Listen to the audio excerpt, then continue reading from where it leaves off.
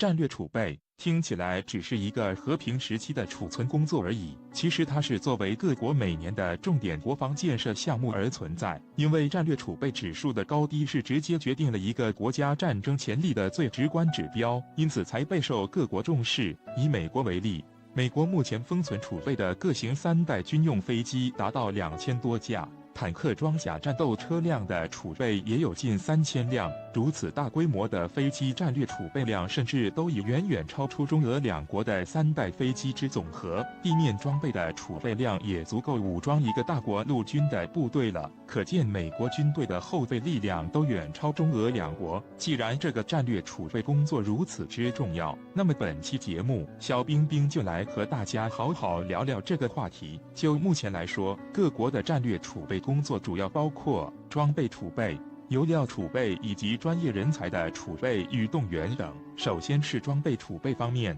在封存地面装备的工作中，尤其是封存主战坦克这种大型地面装备时，需要将车内所有的油料全都抽出来，包括发动机和燃料箱里的燃料油，还有传动系统以及各油路管线内的液压油、润滑油等。这样做的目的是为了防止油料长时间封存在车内会出现固化、泄漏和独唑还有四升、油泥等不良反应。在电路系统的封存中就要注意防止蓄电池出现硫化现象。此外，主战坦克的封存还要注意车载观瞄火控系统、主炮、同轴机枪和扭力杆等设备部件的老化。而飞机的封存工作就更加复杂了，除了要清理油路管线和发动机内的燃油以外，还要将飞机的各个电气设备的电路先切断，以方便日后起风时对装备进行改造升级。另外，飞机的座舱和所有缝隙都用特殊乳胶密封后，再注入惰性气体，以防止氧化和沙尘侵入。再有就是飞机内部如供氧系统、弹射逃生系统、液压系统等进行检查或密封，以保障日后起风时的使用需要。接下来我们就说一说油料的战略储备工作。在现代战争中，油料已经成为了必不可少的核心组成部分，其地位一点也不亚于在战争中研制出了一种新型武器。油料的价值几乎就是一场战争运行下去的血液。现代各国对油料的储备分为原油储备和成品油储备两大类。先说原油的储备，在储备模式上就分为国家储备、民间储备、行业储备或是由第三方合作模式，即本国和产油国共同储备。在储备基地的选址、设计和建设时，既要做到地面、地下和山体岩洞储备设施相结合，还要综合考虑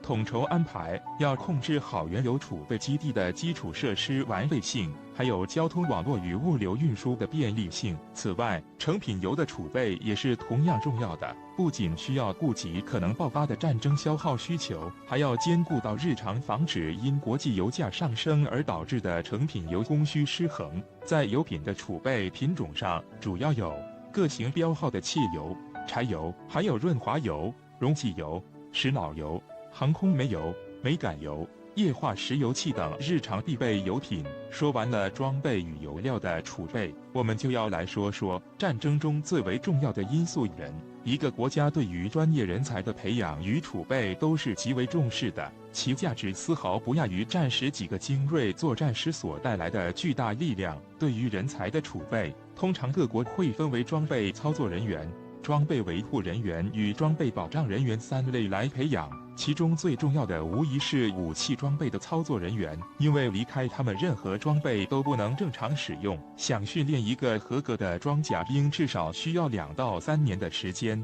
而训练一名合格的飞行员最少也要4到5年才能行。可见操作人员的培养是需要有多么大的投入。接下来是装备维护和保障人员。说到武器装备的维护与保障，很多人想到的就是无非给装备修零部件、紧螺丝，或是帮助加个油、补个弹药什么的，仿佛什么人都能干。其实则不然，武器装备的各个子系统维护都是需要不同专业领域的老兵来执行。例如通讯、电子、机修、光学、枪炮维护等专业。这些专业技能也是需要常年的训练才能掌握的。至于专业人才的动员，主要是靠动员预备役部队的人才，这是一个动态的系统工程。这个系统包括人员、内容、方法、制度等系统要素，各个要素相互依存又相互影响，而这些都是一个国家维持平时部队运转以及战时消耗的基础组成部分。最后，我们从这3类战略储备工作中可以看出，现代化战争呈现出一种高消耗、高成本的特点，所以各国才会对战略储备如此之重视。节目的最后，小冰冰想说，战略储备工作就是对天下虽安，望战必危这一古训的根本体现。据美国航空周刊网站8月17日报道，近日，美国密苏里州怀特曼基地将派出3架 B-2A 隐形战略轰炸机飞往西太平洋的关岛安德森空军基地，替换关岛基地里3架老旧的 B-52H 轰炸机。这3架 B-2A 在飞行途中还会在夏威夷火奴鲁鲁岛西海姆空军基地稍作停留，最终完成此次替换部署。伴随驻夏威夷火奴鲁鲁岛上的一阵轰鸣声，美军3架隐轰已飞往西太平洋关岛安德森空军基地。对此，中国部分专家表示，歼20的对手来了。B-2A 代号为幽灵，是目前世界上最先进的一款隐形战略轰炸机，具有航程远、载量大、隐形突防、精确打击4大特点，这也是它的优势所在。因 B-2A 机造价昂贵，单价竟达24亿美元，美国目前只生产了21架。B-2A 的航程可在满油的情况下持续飞行1-2万千米，在空中加油一次能续航6000千米，可连续飞行10小时以上。另外 ，B-2A 机外形光滑平稳，具有极强的隐身性能，不易反射雷达波，雷达反射截面不到0.1平方米。在武器载荷方面 ，B-2A 装有2个旋转弹架，能携带16到80枚不同型号的炸弹，包括 AGM-129 型巡航飞弹或 B-87 型集束炸弹，以及各种普通炸弹。反应灵敏，能准确瞄准16个目标同时发射，威力极大。而反观我国的歼20，代号威龙，单位造价约1亿美元，最大航程达6000千米，雷达反射面积为0.01至0.05平方米，在这一点上与 B-2A 不相上下。另外，歼20可携带6枚飞弹，若要加大带弹量，就得牺牲其隐身能力，主要执行远程的拦截任务，破坏对方的防御战机、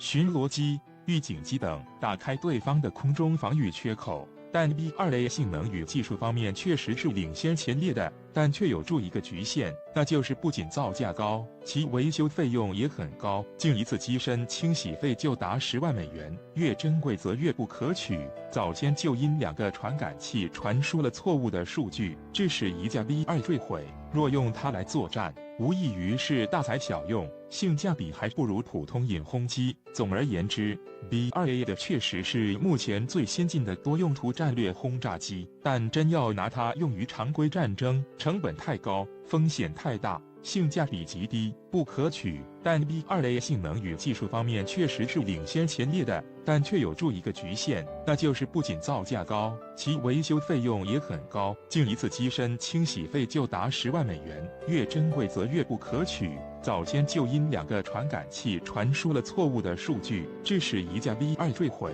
若用它来作战，无异于是大材小用，性价比还不如普通隐轰机。总而言之， B-2A 的确实是目前最先进的多用途战略轰炸机，但真要拿它用于常规战争，成本太高，风险太大，性价